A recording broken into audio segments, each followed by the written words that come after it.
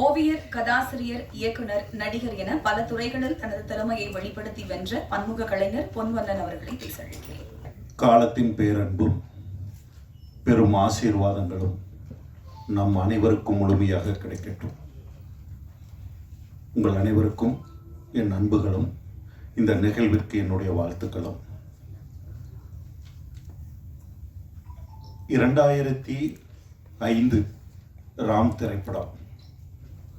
அதில் என் துணைவியார் ஒரு மிக முக்கியமான கேரக்டரில் நடிச்சிருந்தாங்க. அந்த திரைப்படம் கொடைக்கானலில் படப்பிடிப்பு போயிட்டாங்க. அங்கிருந்து பல நாள் எனக்கு ஃபோன் பண்ணி பேசுவாங்க. ராத்திரி 2 மணிக்கு ஜீவா எண்ணெயை வச்சு குளிரில் ரத்த கலரியாக படம் எடுத்துக்கிட்டு இருக்காரு. குத்துப்பட்டு கிடக்க ஷிஃப்டிங் சொல்கிறாரு. அதுக்கு பிறகு என்னங்க இவர் என்ன இப்படி மாட்டிக்கிட்டேனே அப்படின்னு ரொம்ப அங்கிருந்து ஃபோனு. எனக்கு அமீர் பற்றி முன்னாடியெல்லாம் எனக்கு தெரியாது. ஏன்னா அது பழக்கம் இல்லை, நட்பும் இல்லை. நான் சொன்னேன், இல்லை ஒரு இயக்குனர் அது ஏதோ ஒரு மூடில் எடுக்காரு. நம்ம அது இந்த பக்கம் பொண்டாட்டி நடிகை, அந்த பக்கம் ஒரு செஞ்ச தொழில் இயக்குனருடைய அந்த மனநிலை, இந்த ரெண்டுக்கு நடுவில் சித்திக்கிட்டு நான் இயக்குனர் வச்சிருவாங்க. சரி, இவங்களுக்கு ஆதரவுனா நம்ம உள் மனசாட்சி குத்திக்கிட்டே இருக்கும். என்னடா இது இப்படி இவங்களை நம்ம பொய்யா சொல்ல வேண்டியது, சமாதானப்படுத்த வேண்டியது இருக்கேன்னு. அந்த திரைப்படம் பண்ணிக்கிட்டு இருக்கும்போது அவர் தான் தயாரிப்பாளர். சசி அதில் உதவியாளராகவும் அசோசியேட்டாகவும் இருந்தவர். சசிக்கு வேலை அசோசியேட் ப்ளஸ் அங்கிருந்து கீழே மதுரையில் பணம் பரட்டிக்கிட்டு போய் மேலே ஷூட்டிங். ஒரு நாள் திடீர்னு ஷூட் இல்லை அப்படின்னா கொடைக்கானலில் பணமும் இல்லாமல் என்ன பண்ணுவாங்கன்னா ஷூட்டிங் கேன்சல் பண்ணிட்டு அங்கே இருப்பாங்க. பதட்டமே இல்லாமல் ஷூட்டிங் போயிட்டு சொல்லுவாங்க. என் துணையார் அங்கிருந்து, என்னங்க கொஞ்சம் கூட இவ்வளவு செலவு நடக்கு, இவ்வளவு இருக்கு, ஆனால் ஷூட்டிங் கேன்சல் பண்ணிட்டு அவங்க பாட்டுக்கு ரெஸ்ட் எடுத்துக்கிட்டு இருக்காங்க, பதட்டமே இல்லாமல் அப்படின்னலாம் பதறுவாங்க. இப்படித்தான் எனக்கு அமீர் அவர்களை பற்றி தெரியும். அந்த திரைப்படம் வந்தபோது ஒரு படைப்பாளியாகவும் என்னால் அமீர் அவர்களை உணர முடிந்தது. அதனுடைய தொடர்ச்சியாக சேலத்தில் அவர் ஒரு விருது வாங்குறதுக்கு ராம் திரைப்படத்துக்காக சேலத்துக்கு வந்திருக்காரு. நானும் அந்த கலையிரவில் ஒரு ஸ்பீச் கொடுக்கறதுக்காக அங்கே போயிருக்கேன். 2 பேரும் அங்கே தங்கும்போது சமுத்திரக்கனி அமீர் அவர்கள் அங்கே வந்திருந்தாங்க. அங்கே தான் எங்களுடைய சந்திப்பு நடந்தது. அப்போ சொன்னார், நான் பருத்திவீரன் திரைப்படம் பண்ணுறேன். அப்போ கொஞ்சம் முடியெல்லாம் நீளமாக வளர்த்திருந்தேன். அதை பார்த்துட்டு இந்த ஒரு கேரக்டருக்கு நீங்கள் பண்ணுறீங்களான்னு என்ன கேட்டார். எனக்கு படீர்னு ஞாபகம் என் துணைவியாருடைய சம்பவங்கள். ஆகா, ஏற்கனவே குடும்பத்தையே வச்சு செய்யறதுன்னு முடிவு பண்ணிட்டார் போல இருக்கு அப்படின்னு நினச்சிக்கிட்டு இருந்தேன். அதுக்கு பிறகு அந்த திரைப்படத்தில் நான் உள்ளே போய் பங்களிப்பு செஞ்சேன். அந்த பங்களிப்பு எனக்குள்ள அவருக்கும் எனக்கும் ஒரு நட்பாக மாறியது. நடிகன், இயக்குனர் என்பதை தாண்டி ஒரு நட்பாக மாறியது. அந்த திரைப்படத்திலும் பல பிரச்சனைகள். ஃபர்ஸ்ட் ஷெட்யூல் போயிட்டு வந்தோம். அப்புறம் ஒரு சைப்ரஸ் ராம் திரைப்படத்துக்கு சைப்ரஸ் கார்த்தி அவரும் போய் விருதெல்லாம் கலந்துட்டு வந்தாங்க. பார்த்தா செகண்ட் ஷெட்யூல் நகர்ற மாதிரியே தெரியல. முடியெல்லாம் வளர்ந்து சாமியார் லெவலுக்கு பெருசாக போயிடுச்சு எங்களுக்கு. அப்போ என்ன அப்படின்னு விசாரிச்சா, திரைப்படத்தில் அவர் தயாரிப்பாளராக, அடுத்த ஷெட்யூல் தயாரிப்பாளராக களமிறங்குறாரு. அதே படத்தை டேக் ஆஃப் ஆகுது. போனால் மறுபடியும் அதே தான். 4 நாள் ஷூட், 1 நாள் ரெஸ்ட் இருக்கும். வஞ்சகமே இல்லாமல் திரைப்படத்தை எடுத்துக்கிட்டு இருக்கிற ஒரு இயக்குனர்.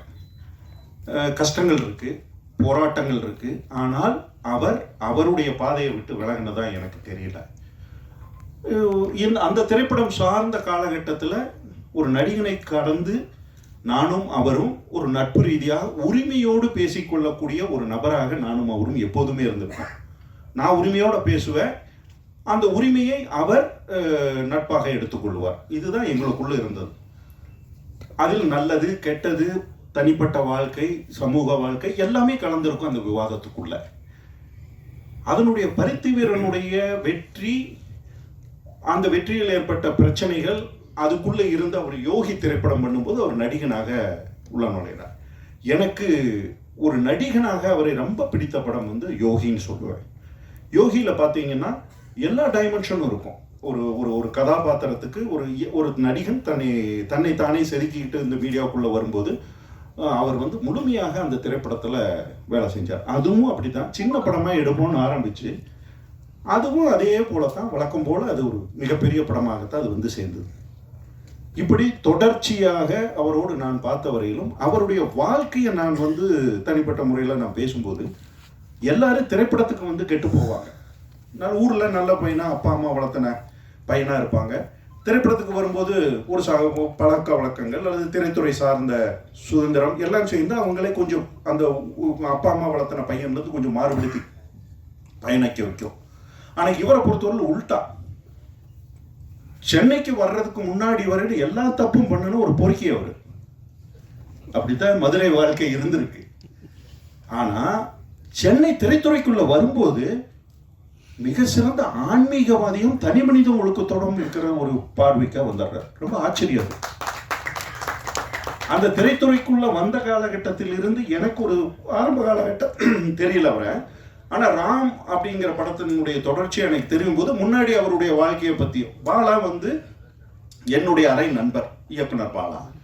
அப்ப பாலாவும் இவரும் மதுரையில நண்பர்கள். அப்ப அந்த அந்த ஒரு சுற்று வட்டத்தில் அப்படி வரும்போது எனக்கு இவங்களுடைய வாழ்க்கையை பத்தி முன்ன பின்ன தெரிஞ்சுக்கிறதுக்கான சந்தர்ப்பங்கள் அமையுது. அப்படி பார்த்தா மதுரை வரையிலும் ஒரு வாழ்க்கை, மதுரைக்கு பிறகு பாட்ஷா மாதிரி ஒரு ஃபர்ஸ்ட் பார்ட் ஒன்று, செகண்ட் பார்ட் ஒன்று. அப்ப செகண்ட் பார்ட் எடுக்கும்போது நான் பழக்கங்கள் அங்கதான் எனக்கு வருது. தனி மனித ஒழுக்கமும் இறை அச்சமும் ஒரு நேர்மையாக தன்னை பயணித்துக் கொள்ள வேண்டும் என்கின்ற அந்த பார்வையும் அவருக்குள் தொடர்ச்சியாக இருந்திருக்கு. நான் இதுவரையிலும் அவர் பார்த்துக்கிட்டு வந்ததில்லை. அவர் அந்த பார்டரை எதுக்காகவும் கடக்க விரும்பல. பணத்துக்காகவோ புகழுக்காகவோ அல்லது இதை விட்டால் நமக்கு கிடைக்காது அல்லது அவங்க மேல பொறாமைப்பட்டோ எதுலையுமே அவர் தன் தனி மனித ஒழுக்கத்தை விட்டு கொடுக்கவே இல்லை. அப்படி எனக்கு தோணும் போதுதான் காலம் ஒரு இன்னைக்கு வந்து அவருக்கு ஒரு செக் வைக்கும் போது என்னால் அதை ஏத்துக்கவே முடியல. ஏன் ஏத்துக்க முடியலன்னா, நான் பார்த்த நபர், நான் பழகிய வரையிலும், நான் பகிர்ந்துகிட்ட வரையிலும் இவ்வளவு ஒரு கட்டுக்கோப்பான ஒரு நபர் இதை செய்திருக்க வாய்ப்பே இல்லை, இதுக்கு துணை போயிருக்க வாய்ப்பே இல்லைன்னு நான் உறுதியா நம்புறேன். அந்த நம்பிக்கை வெறும் ஏதோ பழக்கத்துக்காக இல்லை. நான் ஒரு பார்வை, ஒரு சமூக பார்வையாகவும் ஒரு சமூகத்தினுடைய நபர்களை அப்சர்வ் பண்ற பார்வையிலையும் பார்க்கும்போது எனக்கு அது ரொம்ப தோணிக்கிட்டே இருக்கும். அப்போ இந்த இந்த சம்பவங்கள் நடக்கும்போது அல்லது இந்த சம்பவத்தினுடைய மையப்புள்ளியாக சில விவாதங்கள் வரும்போது அவருடைய அலுவலகத்தில் நான் போய் நோன்பு கஞ்சி குடிச்சிட்டு அங்கோட உட்கார்ந்து அதே போல முன்னாடி எப்படி இருப்போமோ யதார்த்த லைஃப்ல அதே போல சிரிச்சு காமெடி பேசி கும்மாளமா இருந்துட்டு தான் வரோம். அந்த லைஃப் தான் தொடர்ந்து. பதட்டம் இல்லை. ஒரு ஒரு இவ்வளவு பெரிய பிரச்சனையெல்லாம் அல்லது இவ்வளவு ஒரு பெரிய அட்டாக், நம்ம எதிர்பாராம ஒரு பெரிய அட்டாக் வந்து நம்மளை தாக்கும் போது நம்மள நிலை குளிந்து போயிடுவேன். நானெல்லாம் இருந்தால் செதஞ்சிருவேன். உண்மையை சொல்ல முடியும். என்னையெல்லாம் 10 பேர் ஆறுதல் எல்லாம் ஒரு மாதிரி எதையாச்சும் சொன்னா தான் நான் தாங்குவேன்னு நினைக்கிறேன். ஆனா அவர் மிக நிதானமாக தன் மேல் இருக்க மிகப்பெரிய நம்பிக்கையோடு அதை கடந்து சென்ற விதம் இருக்கு இல்லையா. எனக்கு வந்து இஸ்லாம் நான் வந்து மார்க்கமாக பின்பற்றிய அந்த சமூகத்துக்குள் இல்லை என்றாலும் இஸ்லாத்தை நான் படித்தவன், புரிந்து கொண்டவன். குறிப்பாக நபிகள் நாயகத்தினுடைய வாழ்க்கை, உமர், அபுபக்கர், இப்படி நான் பலதும் சொல்லுவேன். பக்ரு போர்னு ஒரு போர் வந்து இஸ்லாத்துல மிக முக்கியமான அந்த காலகட்டத்தில் மிகப்பெரிய போர். அது அங்க வந்து நபிகள் நாயகம் வந்து அந்த போரை அணுகிய விதமும் அந்த கால சூழ்நிலையில் நபிகள் நாயகத்தினுடைய மனநிலையும் எனக்கு இந்த சந்தர்ப்பத்தில் இருக்கும்போது அதையெல்லாம் நான் உதாரணங்களா அப்படி ஒப்பிட்டு பார்க்குற அளவுக்கு எனக்கு சந்தர்ப்பங்கள் அமைஞ்சது இங்க பார்க்கும்போது. அந்த சூழ்நிலையில இந்த திரைப்படம் வந்து நான் இந்த திரைப்படத்துல நடித்தேன் அப்படின்னு வச்சுக்கிட்டு கடந்த காலம் சொல்லுங்க. ஆரம்ப கால திரைப்படத்துல ஸ்கிரிப்ட்ல நான் இருந்தேன். தேனியில ஷூட் பண்ணப்பட்டது. முதல் ஷெட்யூல்ல நான் போய் நடிச்சேன். பாபா எனக்கு பணமெல்லாம் கொடுத்து கூட்டிட்டு போய் நல்ல ரூம் போட்டு நடித்தோம். இப்போ கதை நாயகி இருக்காங்களே, அவங்களுக்கெல்லாம் இப்போ என்னை ஞாபகப்படுத்தி பார்த்தா தெரியுமான்னு கூட தெரியல. அந்த சூழ்நிலையில ஃபர்ஸ்ட் ஷெட்யூல் வந்து ஒரு கதையே வந்து ரொம்ப ஒரு கிராமத்துக்குள்ள நடக்கிற ஒரு அரசியலை மட்டும் மையப்படுத்தி ஒரு ஸ்கிரிப்ட் இருந்தது. சுவாரஸ்யமாக, ஹியூமராக எல்லாம் அப்படியெல்லாம் மிக்ஸ் பண்ணி தான் அந்த கதைக்களம் இருந்தது. உண்மை சரியா சொல்லப்போனா பாக்யராஜ் சாருடைய ஆரம்ப கால படங்கள் இருக்கும் இல்லையா, அந்த பேட்டர்ன் இருந்தது அந்த ஸ்கிரிப்ட்.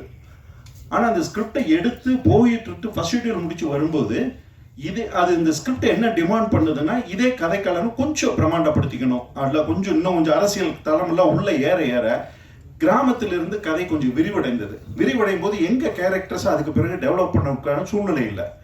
ஆனா அந்த இருக்கிற கேரக்டர்ஸ் வச்சோம்னா ஏதோ நடிகர்கள் ஒரு சீன் 2 சீன் மட்டும் வந்து போவாங்க, அது ஸ்கிரிப்டுக்கு ரொம்ப பாதிப்பு ஏற்படுத்தும்னு எங்க கேரக்டர்ஸையும் முழுமையாக அந்த இடத்துல விடுபட்டு போயிடுச்சு. ஆனாலும் நான் அந்த திரைப்படத்துக்குள்ள நடிக்கிறேன் அப்படிங்கிறதுக்காக இந்த திரைப்படத்துல உறவுகள்லாம் கிடையாது. எனக்கு நண்பர்கள் செய்யறாங்க, அதை எனக்கு முடிஞ்சா நான் நடிகனா பங்களிப்பு செய்கிறேன், இல்லைன்னா நட்பா பங்களிப்பு செய்ய போறோம். அதை தாண்டி அந்த திரைப்படத்தினுடைய படப்பிடிப்புக்கோ அதுக்கும் நான் போற சந்தர்ப்பம் எனக்கு அமையல.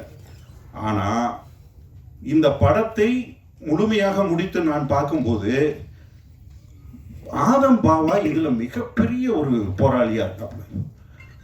ஏன்னா ஆரம்பிக்கும் போது ஒரு சின்ன பட்ஜெட் படம் நினைச்சு நுழைஞ்சிருக்கலாம். ஆனா அதுக்கு பிறகு இந்த படத்தை 3-4 கட்டங்களாக அது அந்த கதையை விவரிச்சு வேற ஒரு தளத்துக்கு போகும்போது எல்லா ஃப்ரேம்லையுமே பெரிய தயாரிப்பாளராக இருந்தால் மட்டும்தான் அவ்வளவு செலவு செய்ய முடியும். எல்லா கூட்டம், காரு, ஆட்கள், அதை அவ்வளவு சீக்கிரம் நம்மளால ஏற்று செலவு செய்ய முடியாது. ஆனா பாவா ஒரு தயாரிப்பாளராகவும் இயக்குனராகவும் இருந்து இந்த ஸ்கிரிப்டை சரியா இப்படித்தான் பண்ணணும், பார்த்துருவோம் அப்படின்னு மிகப்பெரிய போராட்டத்துக்கு இடையில் இந்த படத்தை முழுமை செய்திருக்கிறார்கள். இந்த திரைப்படத்தில் பங்கேற்ற அனைவருக்கும் என்னுடைய அன்புகளும் வாழ்த்துக்களும்.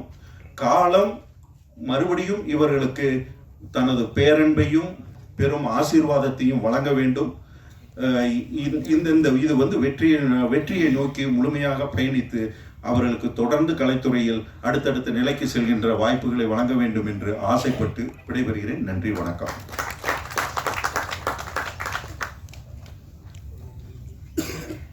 ஆணும் பெண்ணும் பழகிக்கிட்டா காதல் ஆகுமா, அது ஆயுள் முழுதும் தொடர்ந்தாலும் நட்பு மாறுமா என்று நட்பின் புனிதத்தை மிக அழகாக தனது வரிகளில் செதுக்கிய கவிஞர் சிநேகன் அவர்களை பேச அழைக்கிறேன். எல்லோருக்கும் வணக்கம். இந்த படத்துக்குள்ளே நான் படம் முடிந்த பிறகு தான் அந்த படத்துக்குள்ளே நான் வந்தேன்.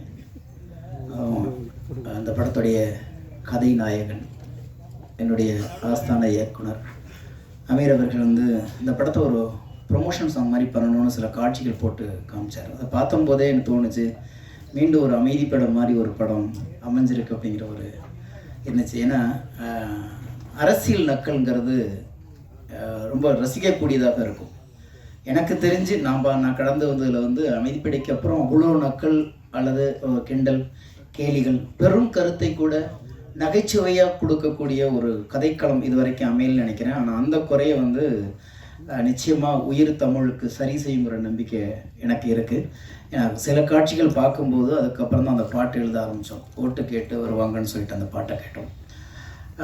எனக்கு முன்னாடி பேசின எஸ்ஆர் பிரபாகரன் சொன்னது மாதிரி இங்கே ஒரு இயக்குனர் நடிகர் அப்படிங்கிறதை மாரி இந்த மேடைக்கு வந்திருக்கிறவர்கள் எல்லாமே இயக்குனர் அமீரோடைய நண்பர்களாக தான் வந்திருக்கோம். நாங்கள் என்னென்னு கேட்டிங்கன்னா, அவர் ஒரு படைப்பாளிங்கிறது நாங்கள் சொல்லி நிரூபணமாக வேண்டிய அவசியம் இல்லை. ஏன்னா அவர் அந்த படைப்பு களத்தில் அவர் நிரூபிச்சிருக்கிறார். அது அதிகப்படியான படைப்புகள் இருக்கவில்லையோ, ஆனால் ஆளுமையான படைப்புகளை தமிழ் சினிமாவில் அசைக்க முடியாமல் கொடுத்துருக்கிறாரு. அதனால் வேண்டி இங்கே வந்தது எல்லாமே நட்பு. அவர் அந்த நட்பு அதை ரொம்ப ஸ்ட்ராங்காக செய்வார். அதே மாதிரி இன்னொன்று நான் நிறைய நண்பர்கிட்ட சொல்லிகிட்டு இருப்பேன், நான் எப்போ பார்த்தாலும் அமீர் சார் ரொம்ப சீரியஸாகவே இருக்கார், என்ன நக்கல் பிடிச்ச மனுஷன் அந்த ஆள்கிட்ட பக்கத்தில் உட்காந்தா சிரிச்சுக்கிட்டே இருக்கணும், வயிறு வலிச்சிருங்க, கேட்க மாட்டாங்க.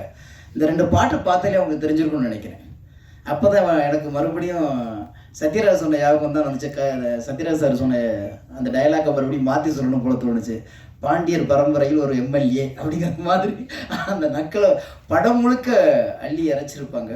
இந்த படம் இந்த இடத்துக்கு வர்றதுக்கு காரணம் இயக்குனரும் தயாரிப்பாளருமான ஆதம் பாவா அவர்கள் தான் அப்படின்னு பண்ணணும்னு சொன்னாக்க அது உண்மைதான். ஏன்னா பல காலகட்டங்களில் அதை பொத்தி குழந்த மாதிரி அதை வச்சுருந்துட்டு இந்த நேரத்தில் அண்ணன் பொன்னண்ணன் சொன்னது மாதிரி இந்த களத்தில் இந்த படத்தை கூட நிறுத்தினதுக்காக வேண்டி நாங்கள் எங்கள் ஆருயிர் நண்பர், எங்கள் இயக்குனர், எங்கள் அண்ணன், எங்கள் முன்னோடி என்று எல்லா வகையிலுமே முன்னிறுத்தக்கூடிய இயக்குனர் அமீர் சார்பாக நாங்கள் எல்லாருமே ஆதம் பாவா அவர்களுக்கு தான் நன்றி சொல்ல வேண்டியிருக்கிறது. ஏன்னா இந்த நேரத்தில் நம்ம எல்லாருமே அவர் இதுக்கெல்லாம் அசர மனசெல்லாம் கிடையாது.